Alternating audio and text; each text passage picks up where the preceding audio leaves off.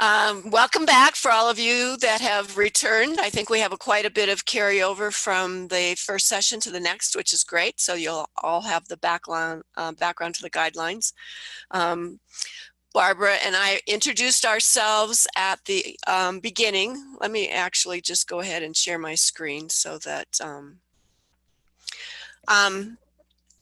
we did introductions at the beginning of our first session, so maybe we'll keep this real short. I'm Cheryl Johnson, and I will take the lead on this second half, and Barbara will support me with this.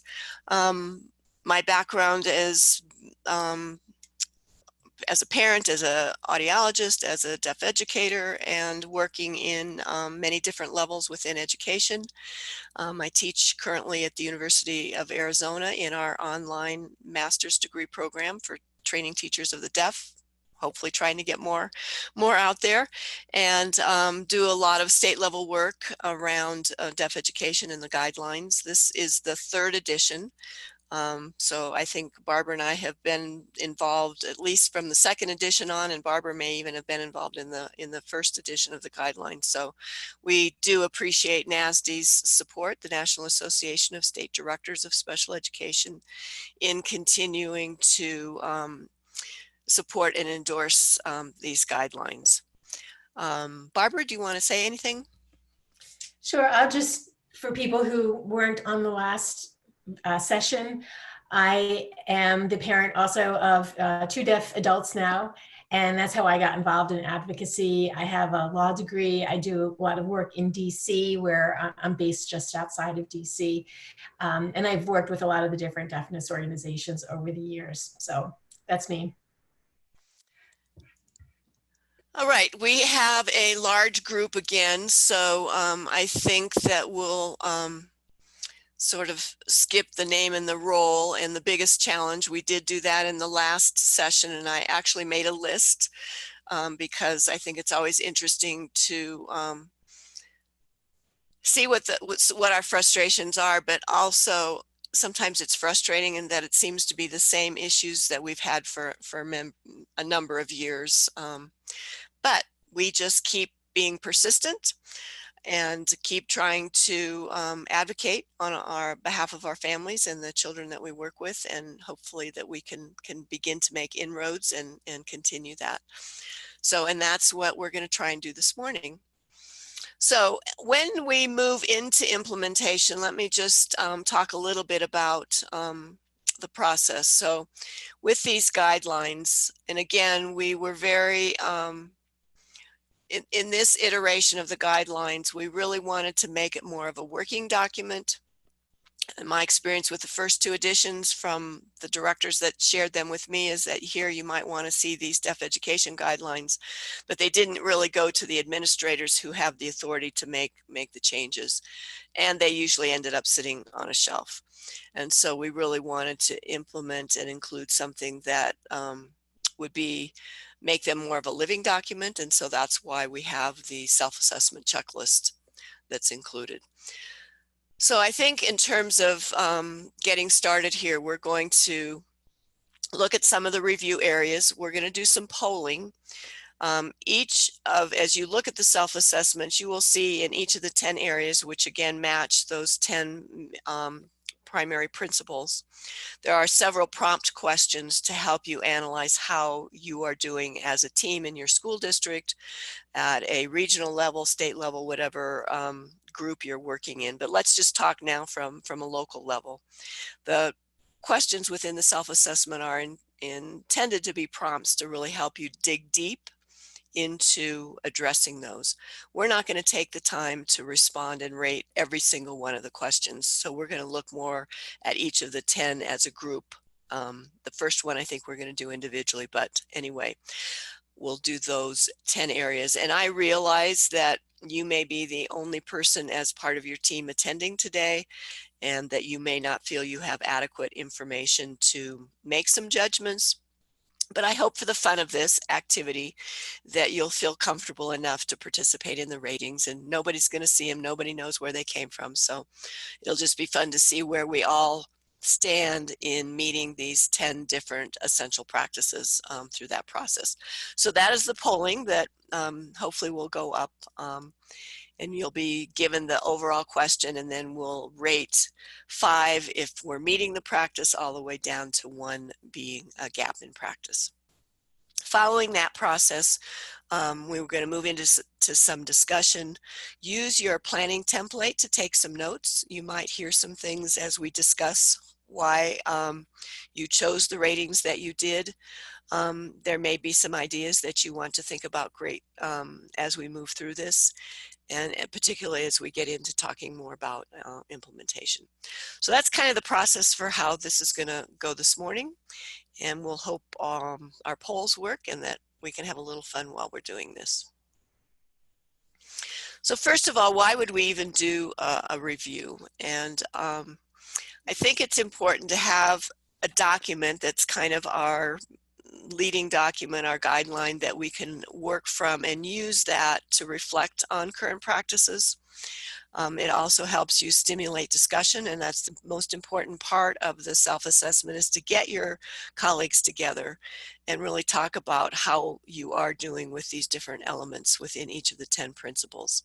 And then using that to guide improvements that are going to help our student outcomes and increase accountability. This process is systematic, so we're going to use the same process throughout the 10 areas. And I will also say that we did extensive peer review in the development of these guidelines, and they do represent, at least a couple years ago, and I think that still holds, consensus about best practices in our field.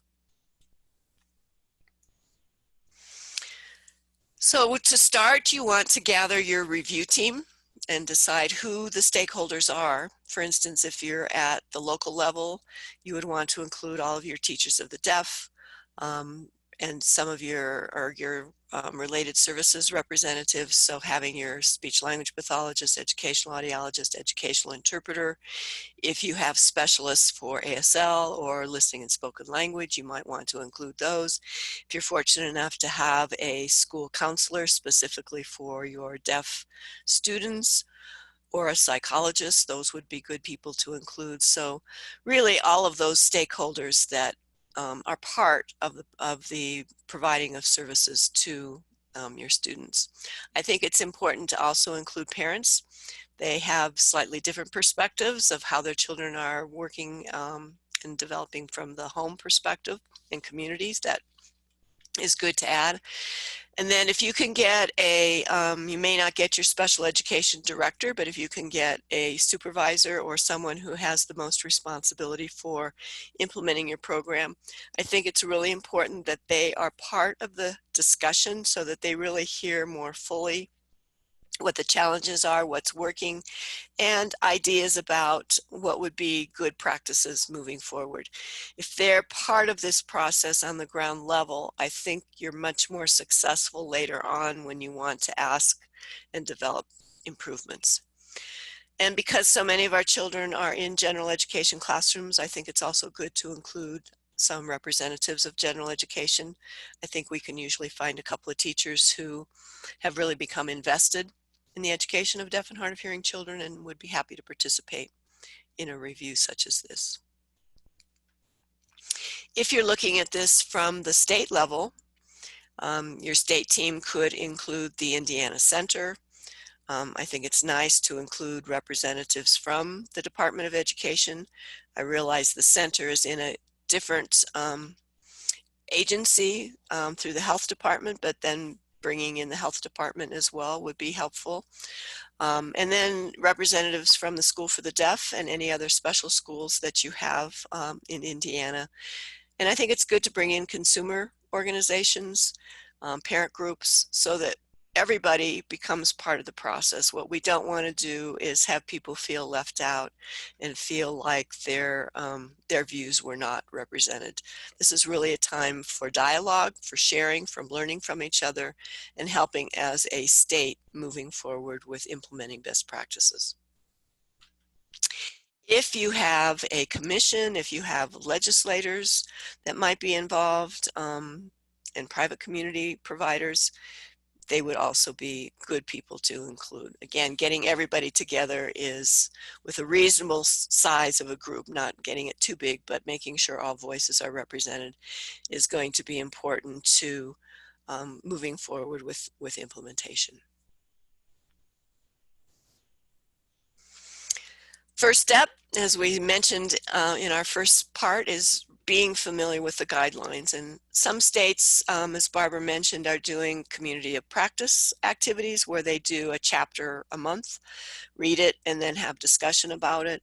There's different ways that you can have your team read the guidelines, but it is important, if we're going to talk about implementation, that you understand what the recommendations in the guidelines are. So that would be the first 8 chapters.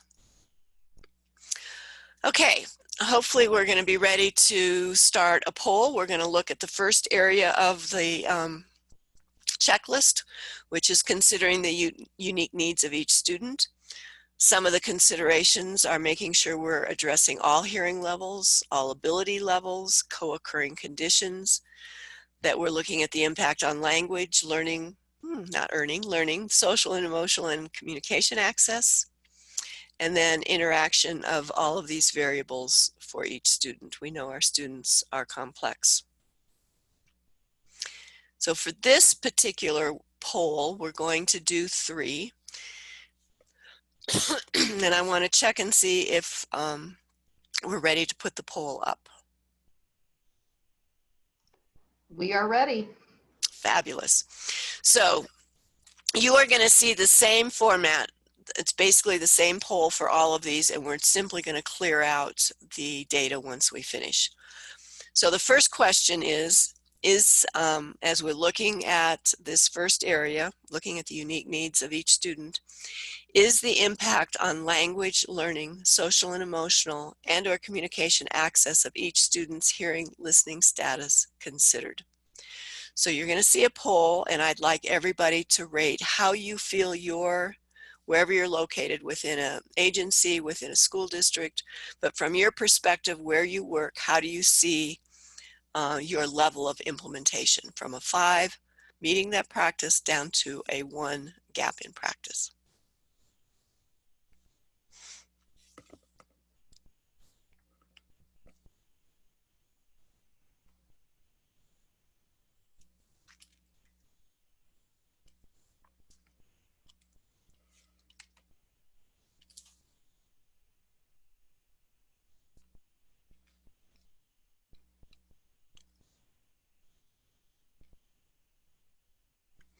And I think we have the polls set for 1 minute.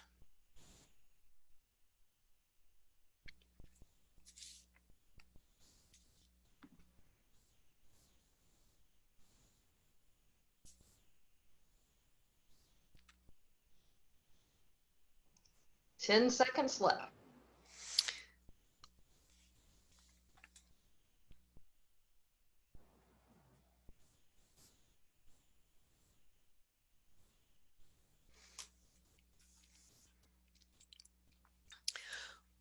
Well, that's pretty good. I would say that at least a little over half are feeling like they're meeting or close to meeting the practice. So I think that's great. Let's look at the next question so we can, I think we just relaunch. Is that how we work this? Yes, it is. Let me go ahead and relaunch it, or do you want to read the question? I will read the question. Are the Okay. cultural values and goals of the student and his or her family represented and integrated into the services and programs that are determined?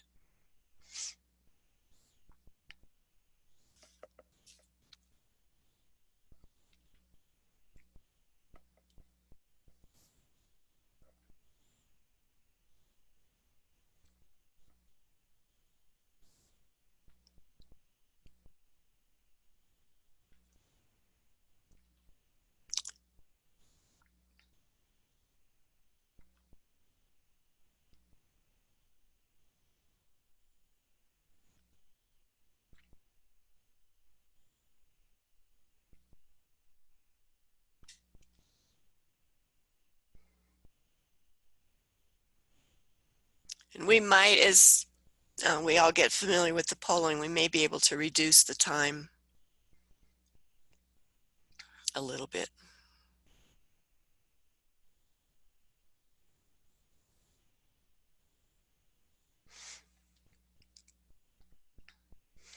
I think we're still doing pretty good. I think it's this aspect of this particular question might be a little more challenging. Okay, let's go on to the next one. Are educational services available to students who are deaf or hard of hearing? And again, do they support the individual language and communication modes of the students? And do they address the unique ways in which each student learns?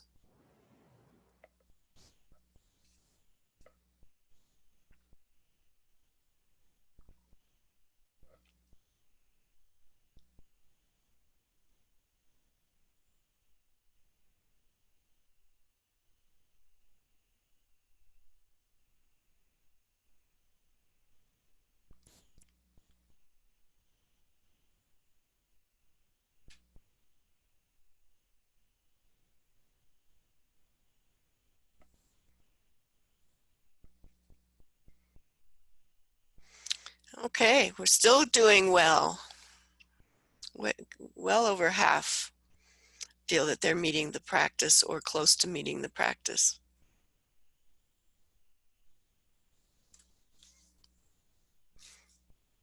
All right, let's see if we can have some discussion in the chat box.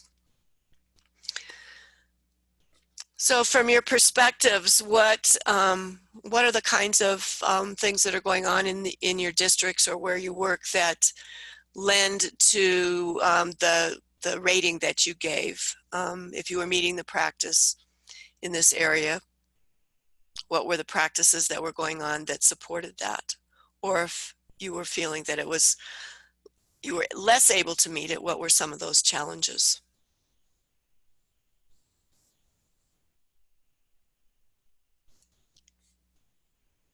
Make sure you chat to everybody.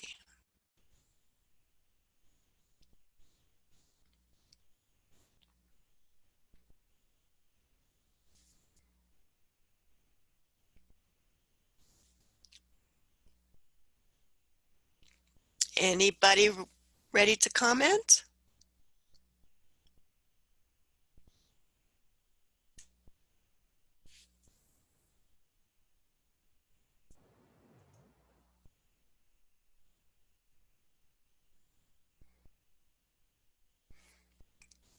So the first comment says includes SAM services. I'm not sure I know what that is.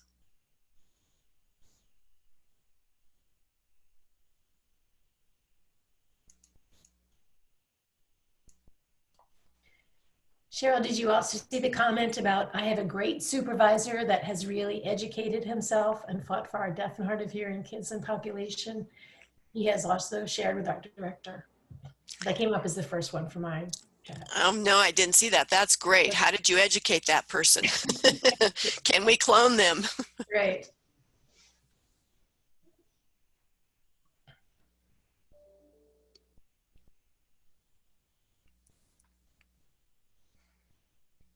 Well, the use of mentors is, and the availability, that's great. I think having that access is so important to learn about different experiences. I think everybody can read these, so I'm not going to read them individually. But just to follow up on the great supervisor, he goes to many of our roundtables and has attended some of our conferences. So just that kind of education, you know, leading them along and having them come to things, that really helps.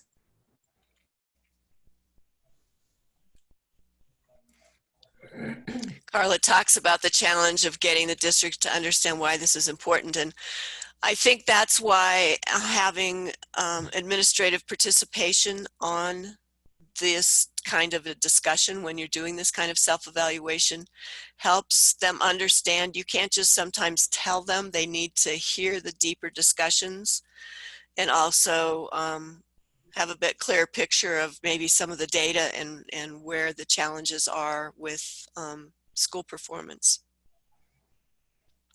See if I could scroll down and see some more. Go ahead, Barbara, if you see something that you want to mention. Oh, I don't know where to begin. There's so many. Let's see. The deaf mentors, and yeah, and the school age mentors. Lori points out that she works in the largest district in Kentucky and so can provide a full continuum of services. And that's one of the benefits of being in a big city, and then recognizing how do we manage to give that full continuum still for kids in rural areas.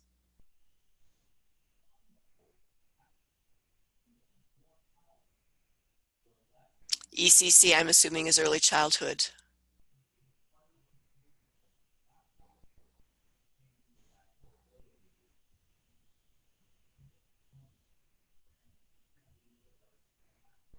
I think Indiana is also unique in the agency, that's the statewide agency, the CDHHE, because you can centralize services and then have that entity so people know where to go to get services. And when you're talking to school districts, it makes it much easier for them to access services when they need it. So I think that's a real strength.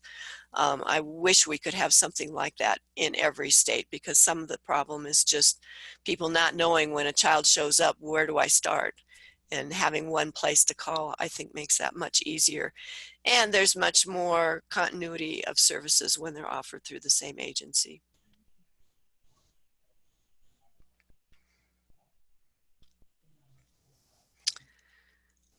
All right, well, I appreciate all the comments, and I think we can move on to the next area.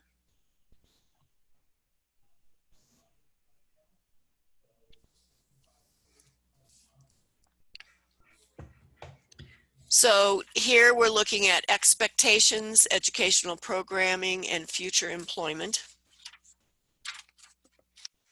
Some of the considerations would be, how does your program staff facilitate student learning? What are the expectations for student achievement? How's programming determined? How is progress monitored? I think this is an interesting question, because at the local level, you can probably do more progress monitoring, but when states don't disaggregate their student performance data at the state level, it makes it really hard to track the implementation of various programs and the benefits that they may have on students. And so that expectations for student achievement is important, because we want high expectations, but we also want to be able to have data that we can track to look at school performance. And I think your ideal act is really a great way of being able to monitor that and report out on data. So let's put up the poll.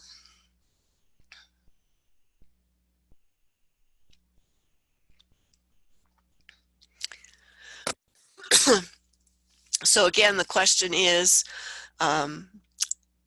this particular principle, expectations, educational programming, and future employment, how are you doing in meeting that practice?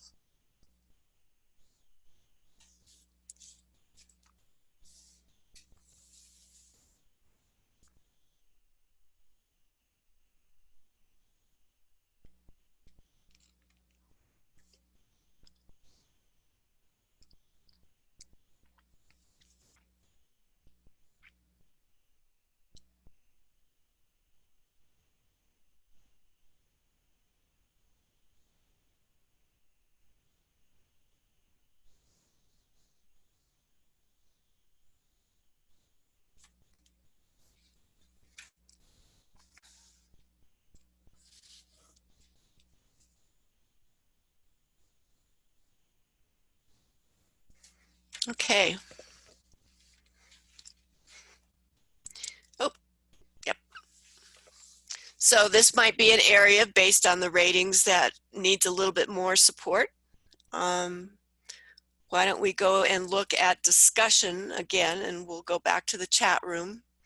And if you want to add some comments about why you rated the way you did, maybe some of your challenges, and then also if there are things that are working for you to meet this practice.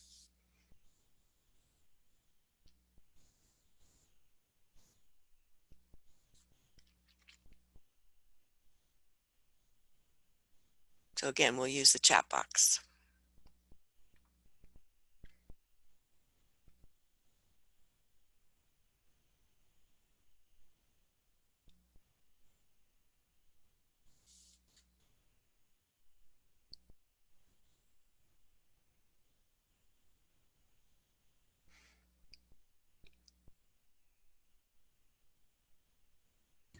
Just as long as we're waiting for people to come on, I just wanted, as we close the last comments, I just wanted to point out this one. The quote that was presented in the last session relates to our districts and understanding of the impact of the hearing loss. That quote about deaf children are not hearing children who can't hear. Many of the educators and administrators I work with simply believe that our students will learn the same if we just provide them better access. That is their comfort zone and not helpful for their students. That's really so key, that it's not just access, it's not just the captioning, just the interpreter, just, you know, it's all of language development and the whole child. So that's a really important key to bring up. Thank you. That's really critical, and I find the same thing, that we'll just accommodate them, and that's why so many kids end up in 504s. They think they can just do accommodations without recognizing that there is greater needs, and then we're in that wait to fail model. So once kids fall behind, then we have to back up and provide the support services.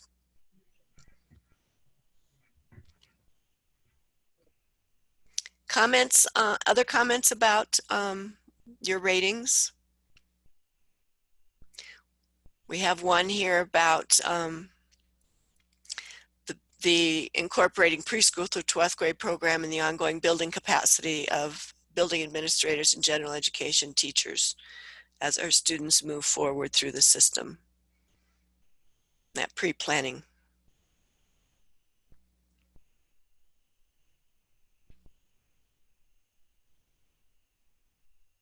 Good. That was Cindy's message about progress monitoring.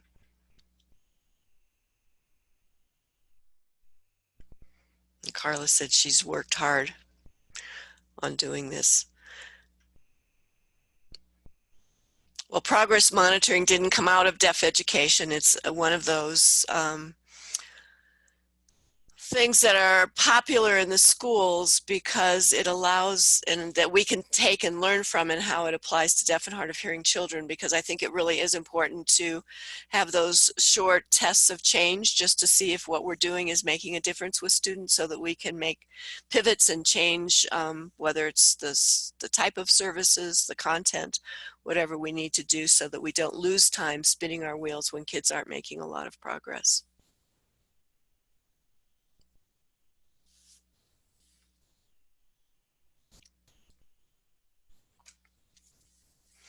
Good involvement from voc rehab. Sometimes that can be a challenge. Okay, let's move on to the next review area, number 3.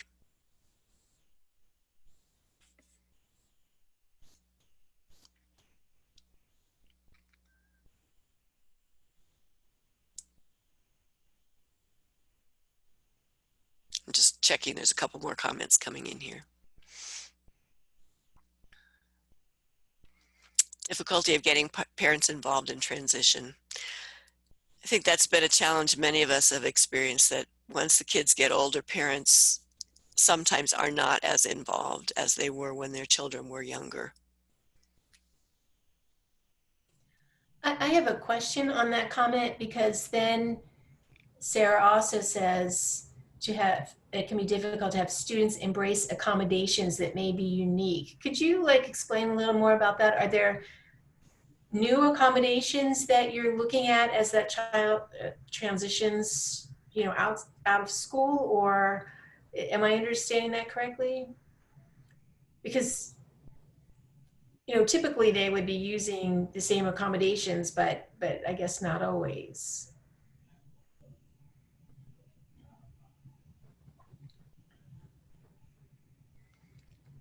Well, Sarah's responding. I wonder if it's, oh, here we go. With Using captioning or trial and cart.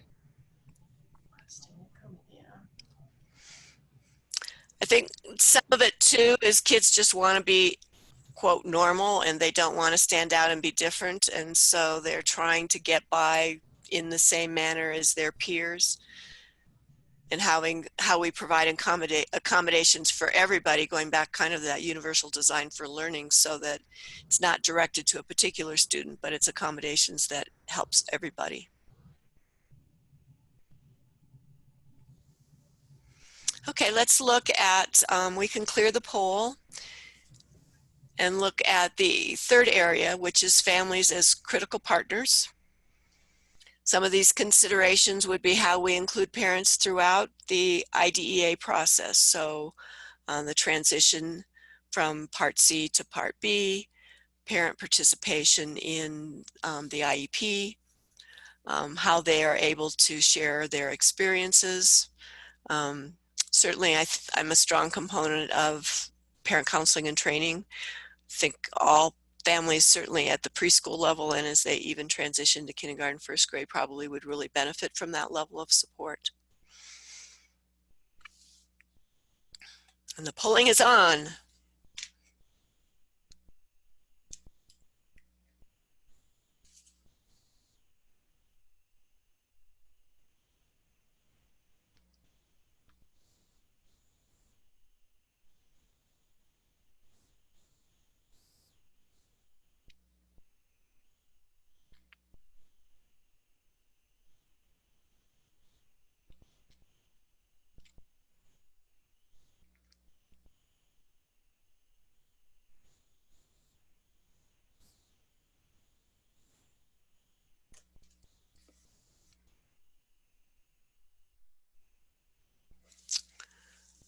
All right.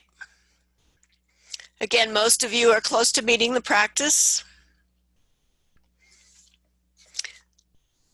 Working with parents can be challenging, but we know that is a big equation in our child's development and their work at home. And I think that's become very apparent in our online learning that we have been involved in, and how critical parent support is to get students ready to learn and to participate in the online classroom. So if you wouldn't mind sharing again some comments in the chat about your rating and how you chose that.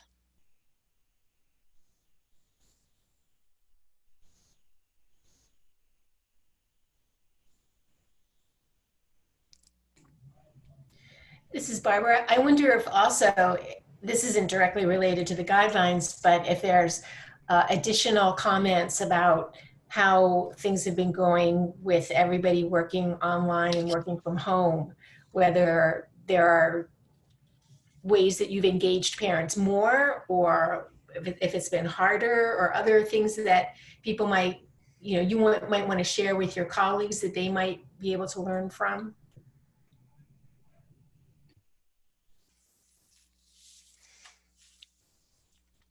Lori mentioned a weakness in providing parent counseling and training beyond the preschool level. What are the barriers to doing that? And Darlene said they have the opportunity but choose not to, but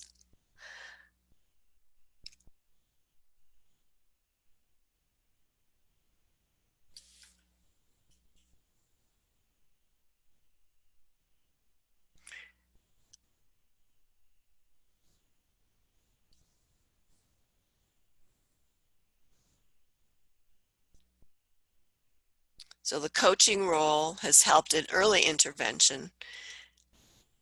Is that something that we could apply to preschool and beyond?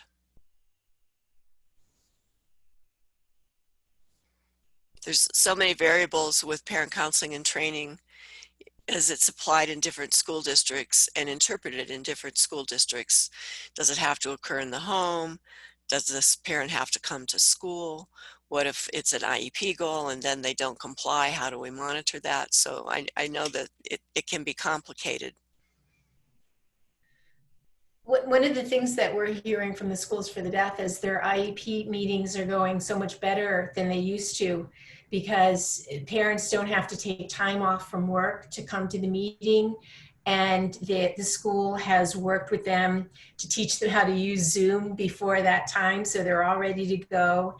And they've just had much better functioning of these IEP meetings online than in person. So that's been kind of interesting to learn.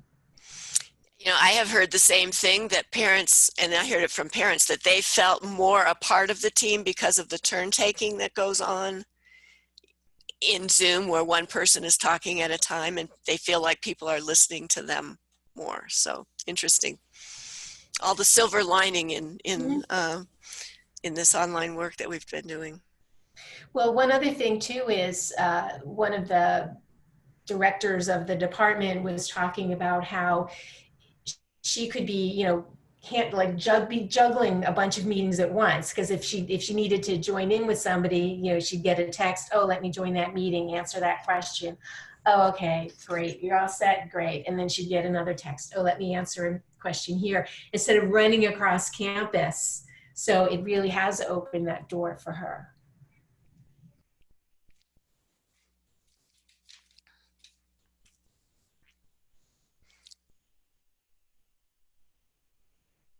So there's some similar comments here. Better participation by Zoom. Parents report they like it. So win-win for everybody, maybe. Right. I see one here though. Oftentimes the parents are wanting services after school hours, but I feel like now there's no such thing as school hours, right? There's no such thing as work hours, and you know, our hours are different than they used to be, but we're adapting. Sarah, her last comment about parents not liking distance learning because it requires their participation on a daily basis. I think that's going to be a challenge with more early on, because so many parents were not they're working at home. They were also home, but as more parents are working and then find their children at home, this could become, I think, a real challenge. It's going to be interesting to see what school looks like in the fall.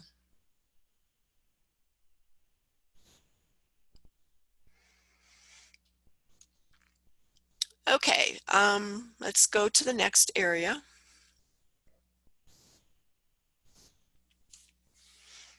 So this area is language and communication access. Some of the considerations are early language development is critical to cognition, literacy, and academic achievement. We know that. There are individual language and communication needs that come through the special factors in the communication plan. How are we addressing that? And then universal design for learning and other classroom environment accommodations. How are we doing there? So we can relaunch the poll.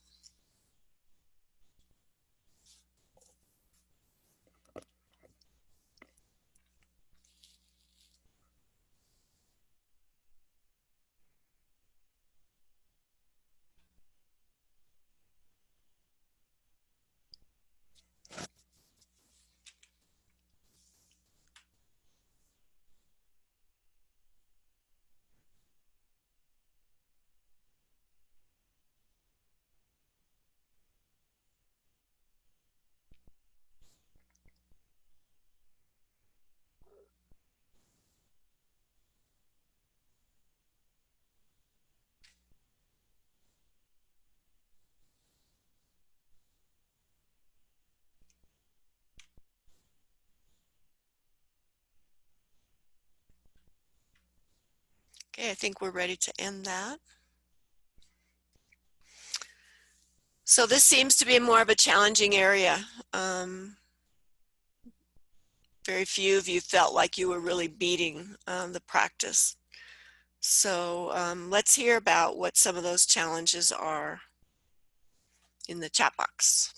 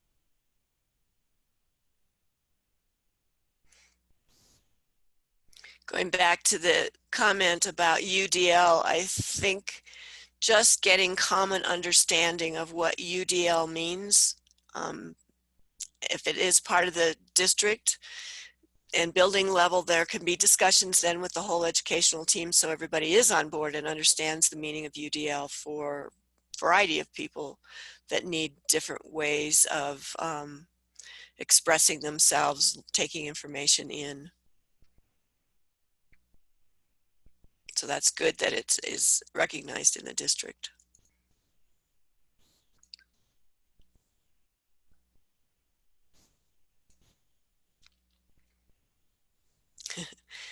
Yes, the captioning of teacher videos remains a challenge.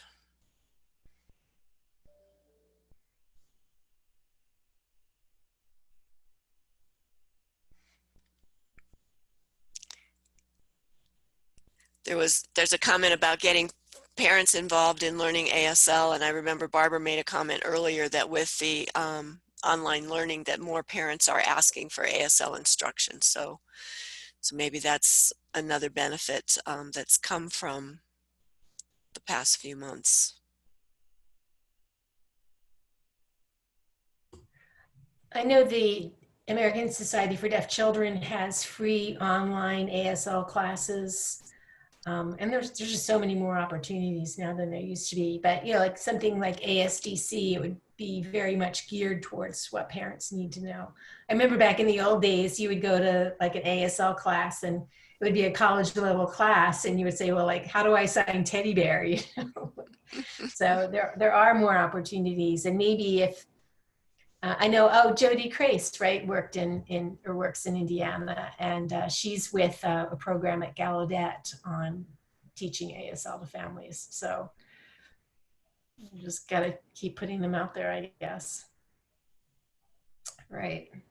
The early learning of language. Yeah, it's got to start in early intervention.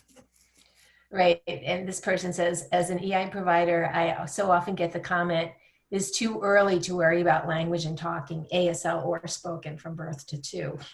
Well, if that was the case, why would we be identifying babies so early? That's absolutely not true. Oh.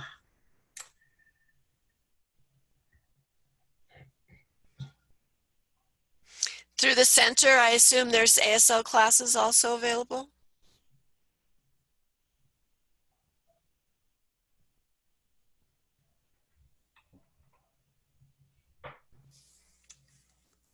I think it's great that they're filling up quickly.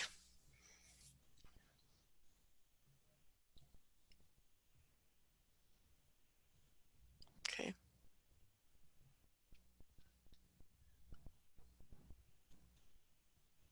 I like Sarah's comment about UDL being a seamless curriculum piece. It really is.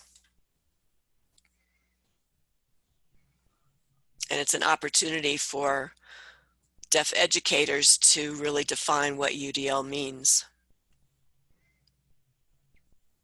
for teaching deaf and hard of hearing children. Okay, I'm going to move us on. Thank you for your comments.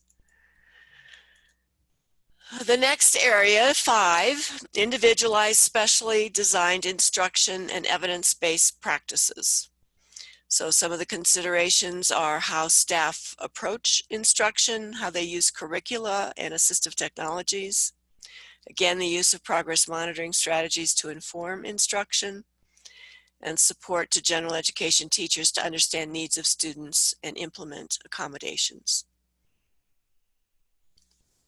So if we can clear out the polling, there we go. Thank you.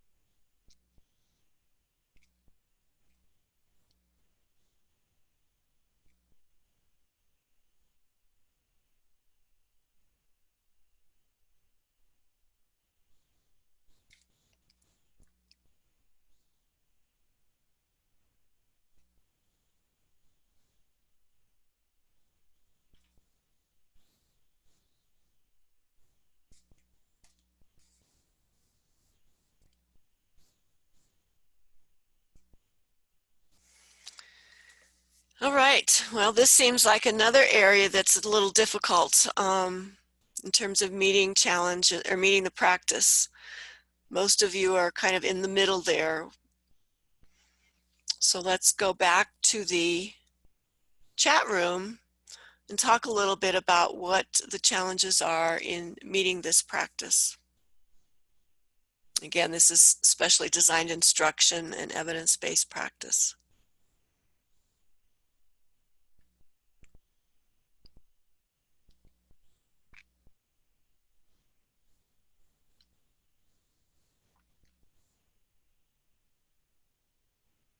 Interesting comment from Carla. Follow through. The gen ed teachers sometimes feel like you're watching them when checking for constant individuals. Oops. For consistent implementation. It's a hard balance. You don't want to be the monitoring police.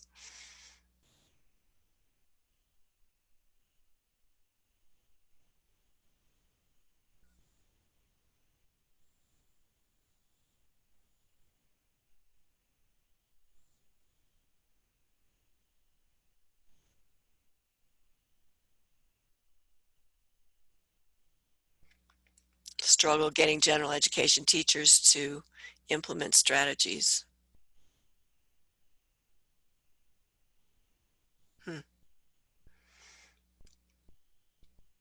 Sarah's comment about mandatory in-services with building principal present.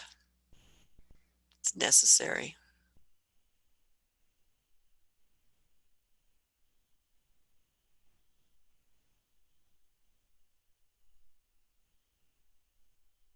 Importance of vocabulary. I'm laughing at Melissa's comment. How many times have we heard that?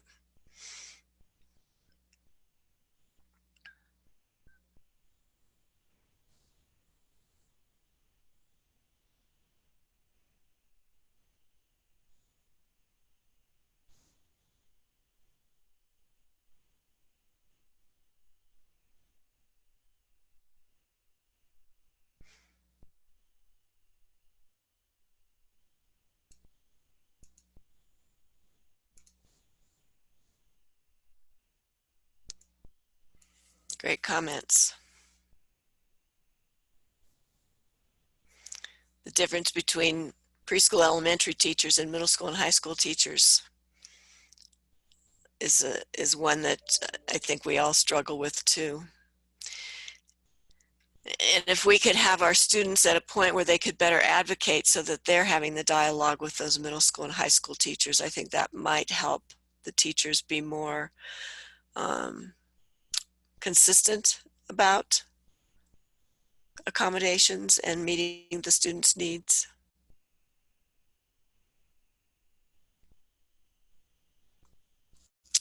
Right. Okay, next area. Least restrictive environment. LRE is based on students' language, communication, academic, and social needs. LRE provides full, direct, and clear access to meaningful language, communication, instruction, and social opportunities. Decision makers are informed of all available educational options. If we want to clear the poll.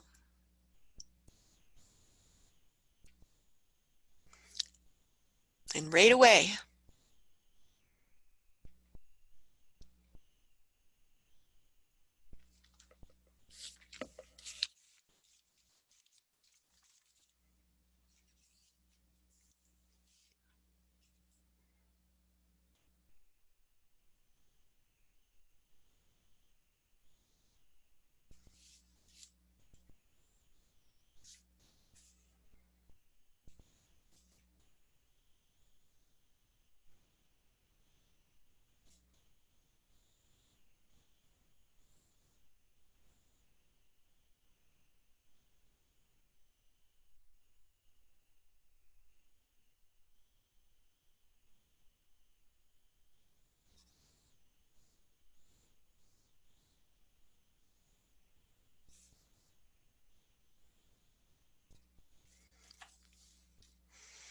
Okay, again, we have a lot of variability in LRE. Let's move to the chat box and talk a little bit about what was the evidence for your ratings.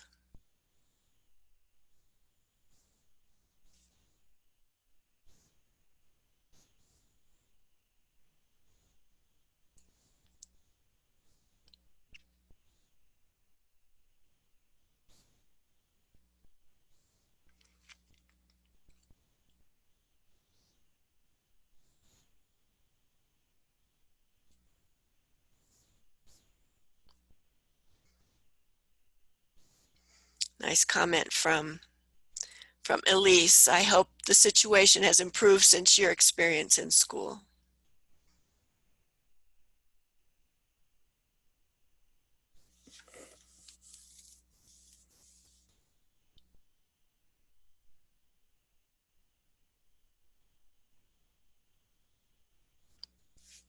And Carrie talks about social communication. There's a website called CASEL. It's the Center for Assessment of Social Emotional Learning, I think.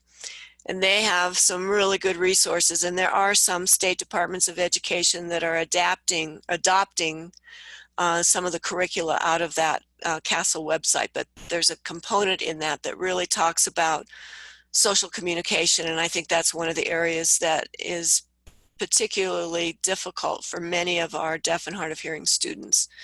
The whole idea of knowing when to, the pragmatic language stuff, knowing when to enter conversations, knowing how to listen to what somebody else is saying or try and get what they're saying and be able to respond appropriately. That can be tough.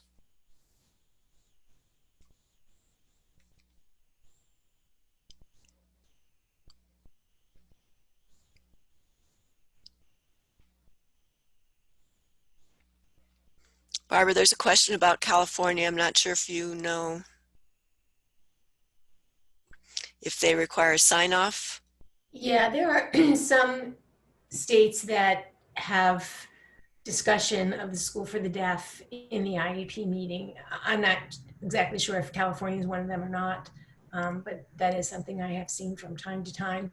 I think the big question is how much information is really conveyed. You know, I think it's the kind of thing where if parents think they might be interested, they really need to go to the school and visit, not just hear some information at an IEP meeting.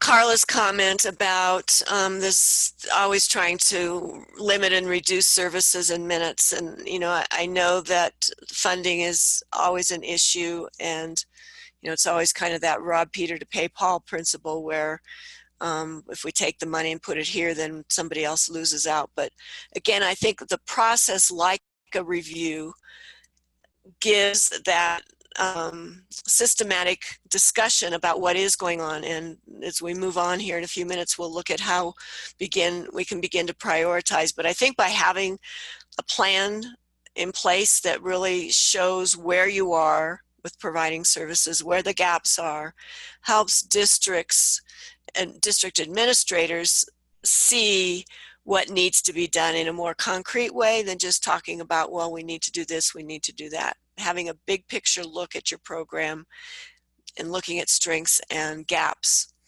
can really help prioritize where resources need to go.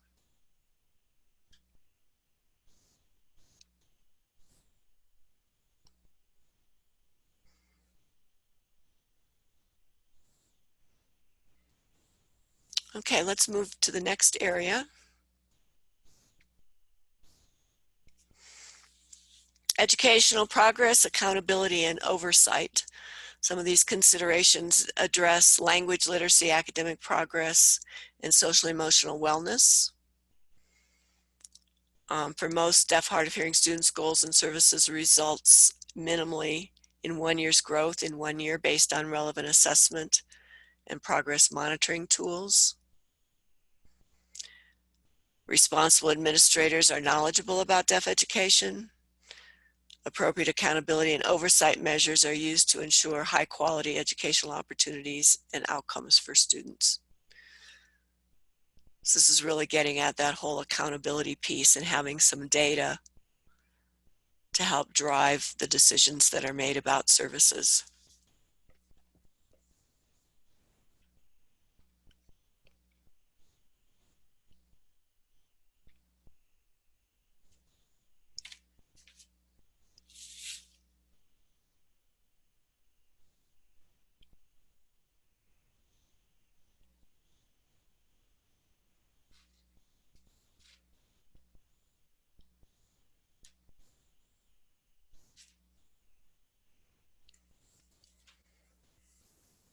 And if you finish voting, go ahead and add your comments into the chat box.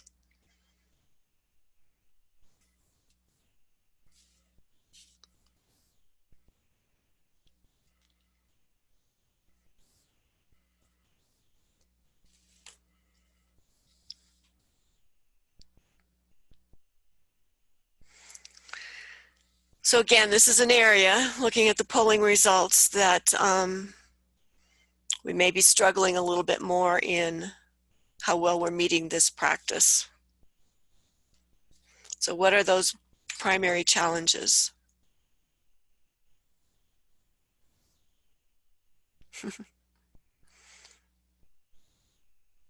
Cindy says this should improve with our ideal legislation implementation. Yes, I think so.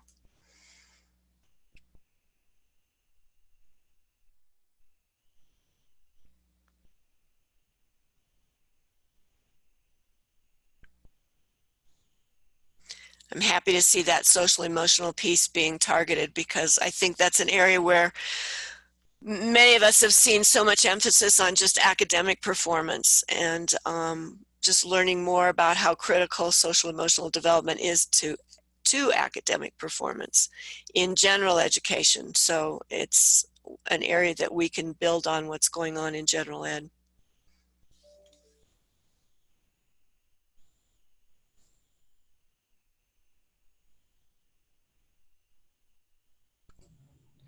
Darlene says she's interested to learn more about the new language assessment.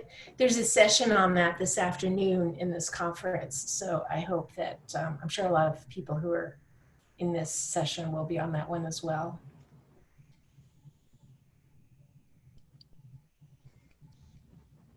Right. The social part is often ignored and yet is extremely important part of schooling.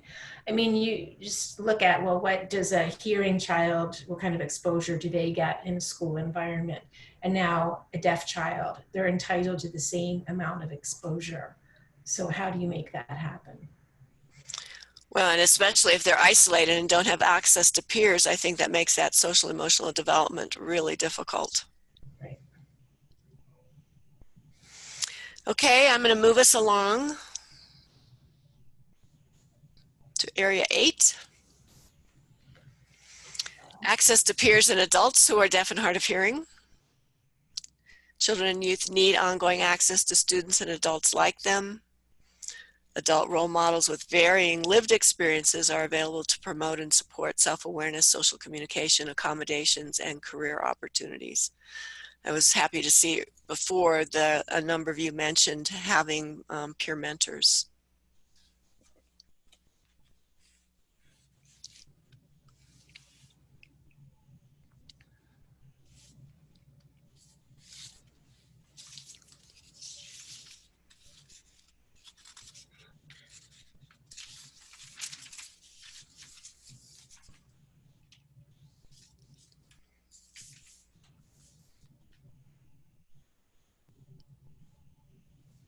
And again, as you finish voting, go ahead and add comments that about what you're doing to make this work or what your challenges are.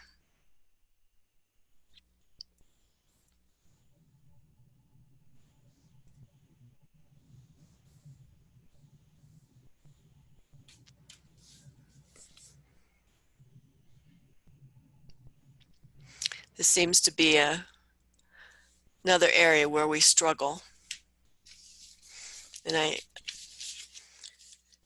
I know it's hard because particularly in rural areas, bringing kids together requires transportation and working with schedules and sometimes liability issues, and it's hard to get schools on board to help support student activities with peers.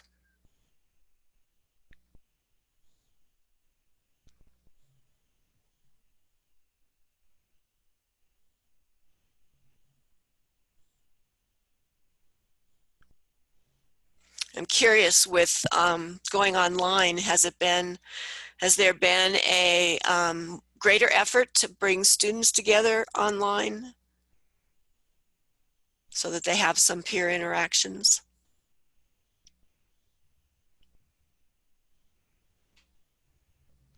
Yeah, the scheduling.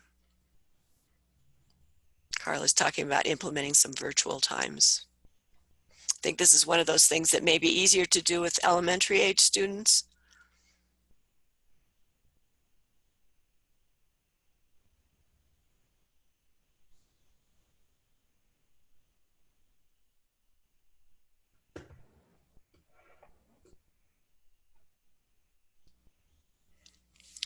Yeah, getting in deaf adults from the community. It's great. There's a lot of videos now mentioning online resources. Darlene has mentioned here. There are a lot more videos on YouTube that we can expose students to hear about different experiences of other deaf individuals too.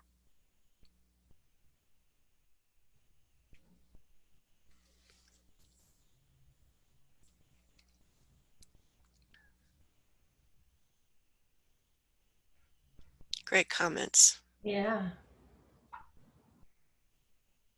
Teachers are getting so creative. Mm-hmm. Yeah, I know some of the schools for the deaf, with the dorm situation, you know, students aren't in the dorm anymore, but they wanted to keep them engaged, and they were trying to find all these different ways. So they would have contests, they would have guest speakers, just try to think of things that are really going to grab the kids' attention, not just to meet, but like have a purpose there. So Yeah. that's some good ideas. Like video phones. All right, let's move on to our next area.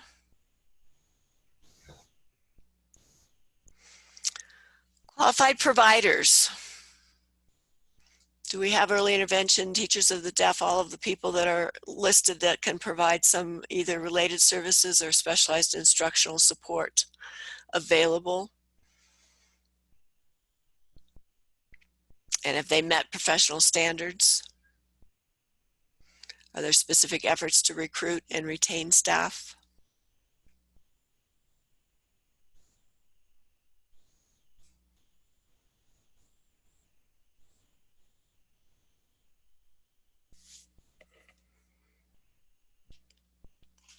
And again, if you have something to share, please put it in the chat box.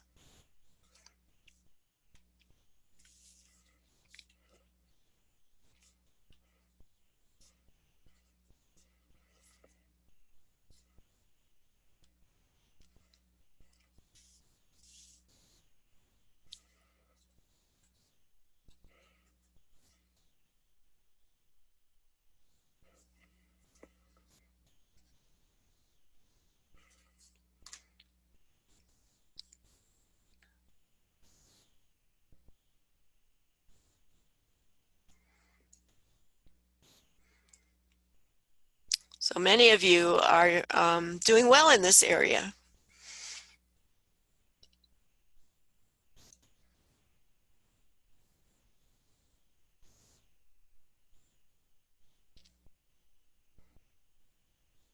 Any comments related to access to qualified providers?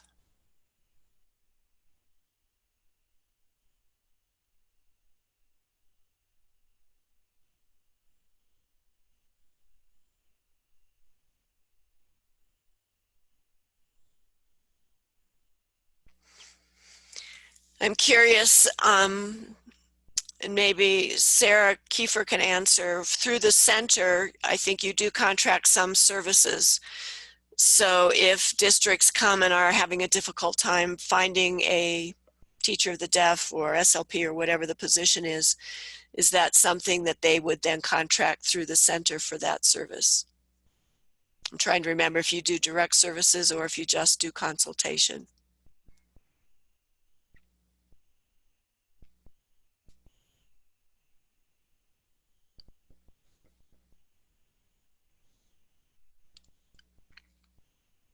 Yeah, interpreters also have to contract out, yeah. So Sarah answered that they can contact us and we can either contract or help connect them with local services. Again, I think having the center as the hub in Indiana, that really allows better continuity for services, and the administrators know where to go when they have a gap in staffing or some other area.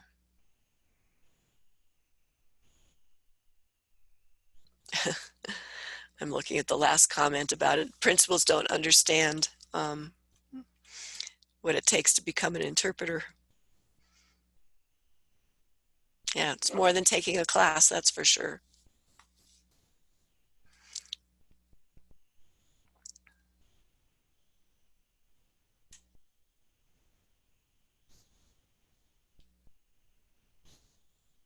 And pay for interpreters. That's an issue, but I think when districts have to contract out and pay the contract price, they may find it would be less expensive for them to just increase their rates. But, again, that's a challenging area to work on. All right, let's look at the last area.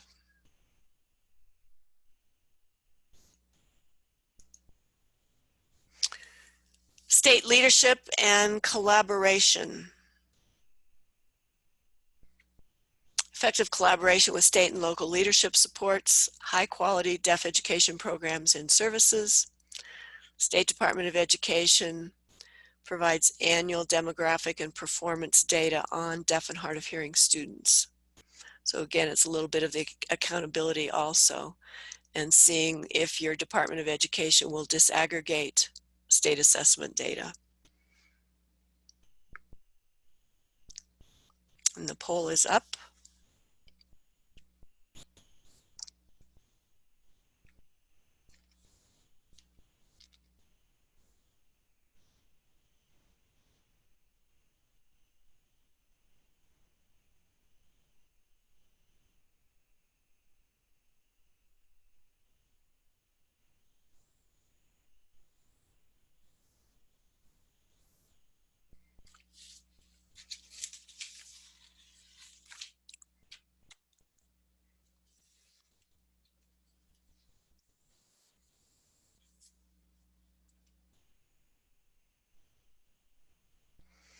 So looking at the polling, I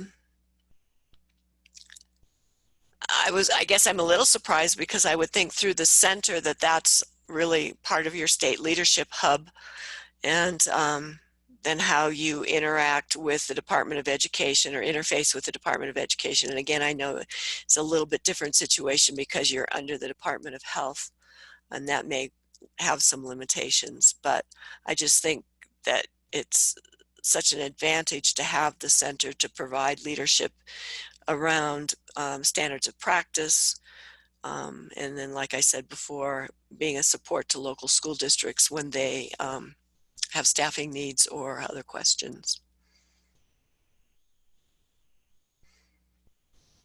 So I'm curious what would be the solution here to have more collaboration at the state level. If you could use the chat box.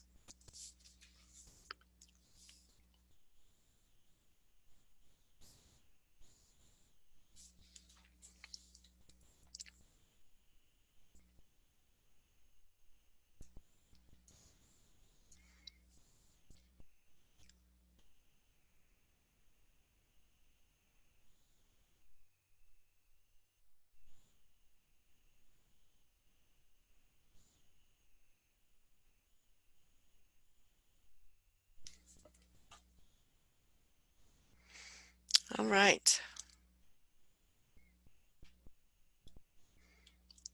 Nice kudos to the center.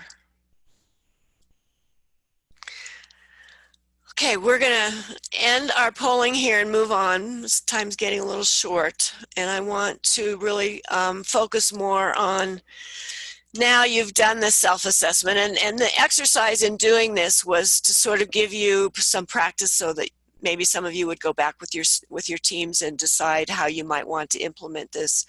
You don't really have to do a polling rating thing with your local team. I think the most important thing is having the discussions in each of those prompt question areas within each of the 10 principles to really have better shared understanding of where your meeting practice and where your gaps are, and then how you're going to move forward. So you've completed your self-assessment, and now what? In our first session, Barbara shared the template that we've included with the guidelines, and it is a PDF fillable form. Both of these are. And because we're getting a little short on time, I'm going to skip over this, but we were thinking that we might be able to go through these areas and sort of come up with some priority gaps and steps, but I'm going to hold that off till the end. We also recognize that school districts have planning improvement forms and processes that are used, so we would encourage you to use what your school district is using, as long as it fits your needs in terms of the self-assessment. So the first thing you would do would begin to identify steps for improvement based on that assessment, prioritize those steps, and then to create a plan. And I think it's always good to extend and have 1 and 2 and 3-year goals. You can't accomplish everything at once. So the question is, how do you know where to start?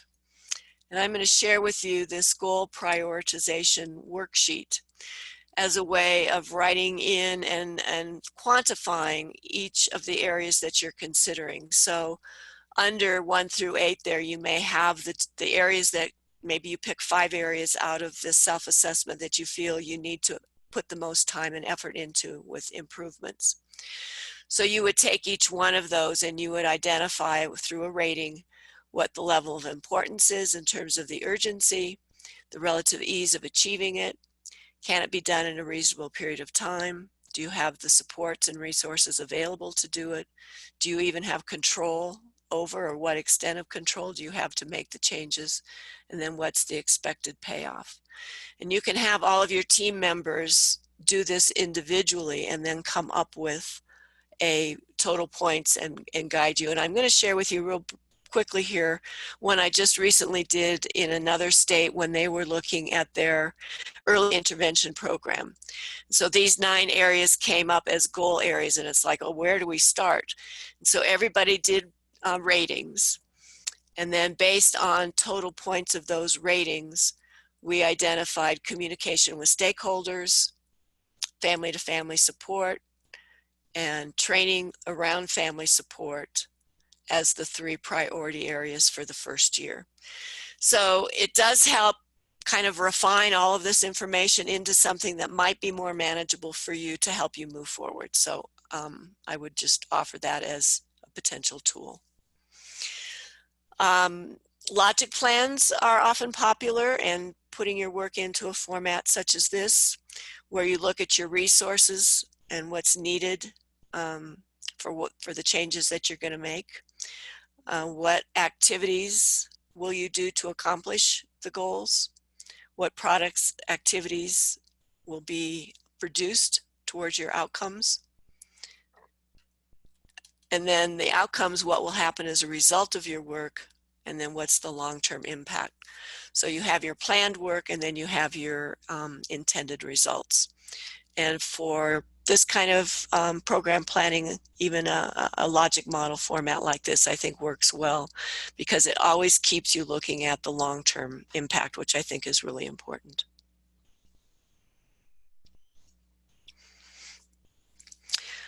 So we could have a little discussion here about what you see as challenges and opportunities at the local, regional, and state level. I think we've talked about some of the challenges.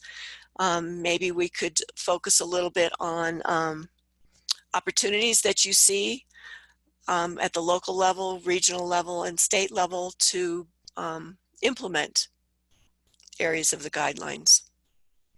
So if you want to use your chat box.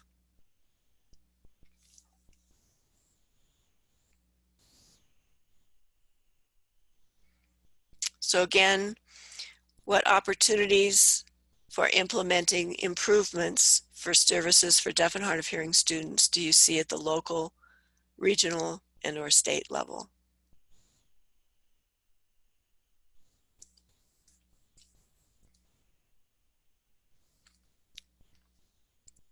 And I would just say that your center, which I would consider to be a state agency, would be a great opportunity to do a lot of this work and to bring groups of people together, maybe from local school districts, to give input. And I'm not sure in Indiana how much regional work is going on. Perhaps that would be another area to look at. Any thoughts, comments?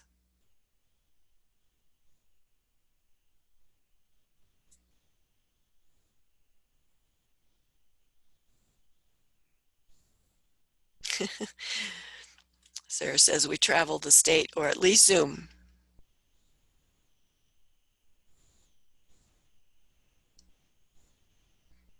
Not sure what 55 means. Oh, 55 regional roundtables. Are those special education or general education?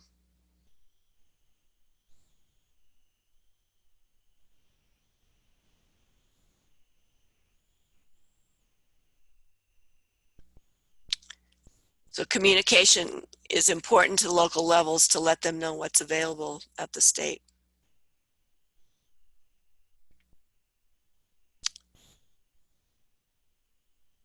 So again, were the regional roundtables specific to deaf education, special education?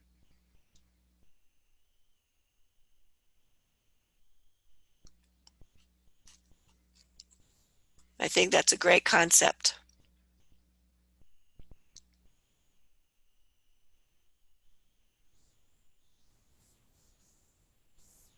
Deaf, hard of hearing roundtables. Great. That's a wonderful way to get input.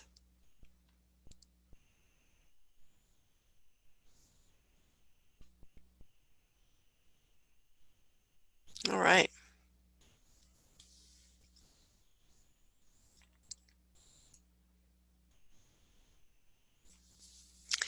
So I'd like to have you take a minute and reflect on what we've talked about. And if you were to go back with the information that you have to your local entity, which of the 10 areas, or which 3 of the 10 areas would you find to be your top priority to focus on? And again, we'll let you use the chat box.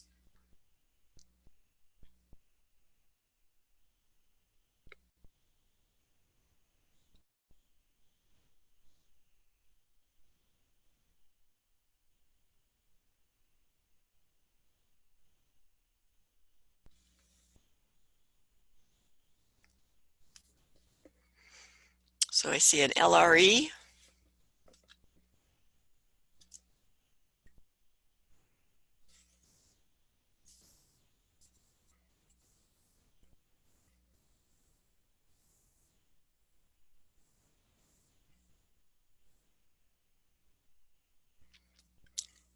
What other priority areas popped up for you based on our discussion?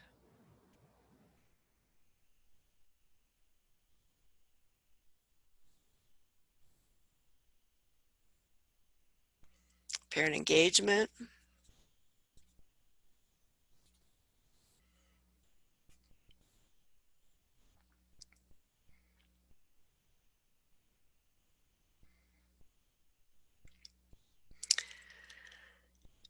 Oh, I don't have all 10 principles on one slide.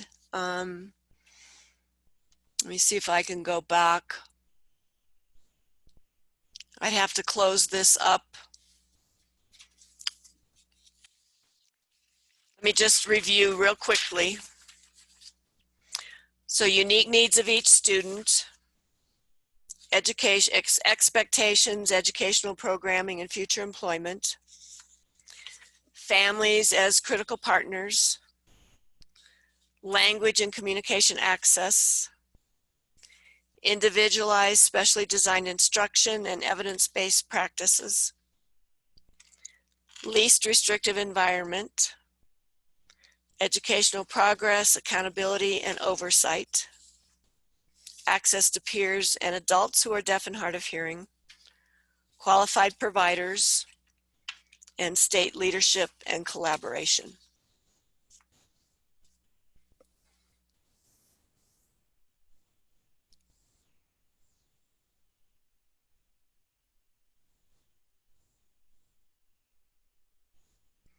So we have a great discussion going online here in the chat box about services and our materials and support.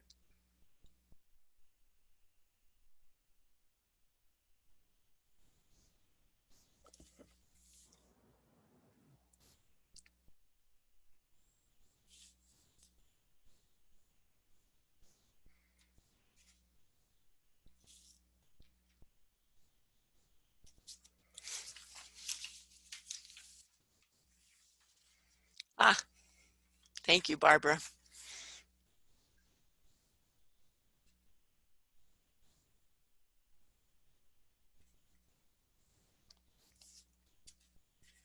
So parent involvement has come up from a few of you.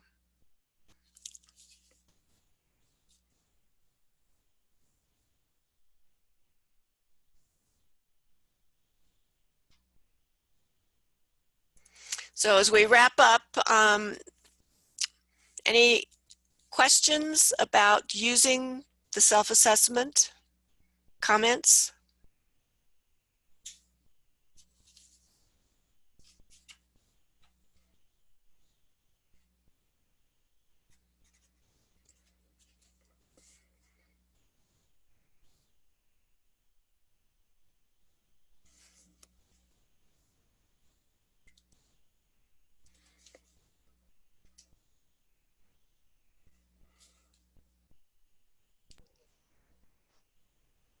Okay, if there's no other, I don't see any other questions other than code questions. So I want to thank Cheryl and Barbara for, again, another great session and for presenting.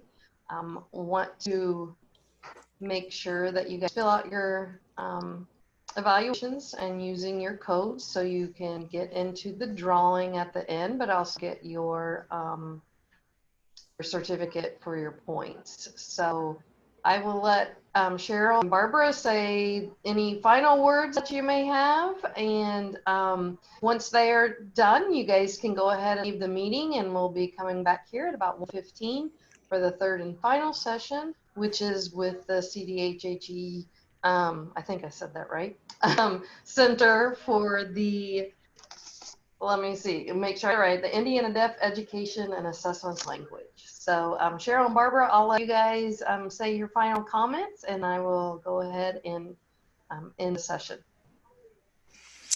Let me just add on this last slide that's up, you have access to these slides, so I encourage you to either copy, I don't know if I can put this in the chat box, this New York Times article, I'm Teaching in a Vacuum, 14 Educators on Quarantine Learning, is fabulous and it's fun. It's you will all relate to the different experiences of different teachers that they have collected from around the country. So anyway, I encourage you to take a look at that. But as Barbara said earlier, we appreciate what teachers do, what you've done in the last few months to make sure students aren't left out. It's been challenging. I know many of you manage your own children who are at home learning at the same time you're teaching in classrooms. So it's just been incredible what has happened and the positive things that have come out of this and what we've learned for the future too. So thank you. Yep, ditto. So I hope you found this useful. It's a little tedious to do these kinds of self-assessments, but I wanted to give you the experience so that hopefully you'll feel more comfortable going back in your local teams and doing some work. Sarah, thank you for putting up the link.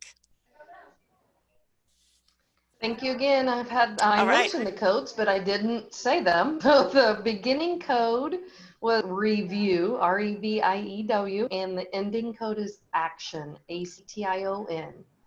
Again, thank you, Cheryl and Barbara, for your time, and we will see everyone back at about 1:15. Thank you. Thank you.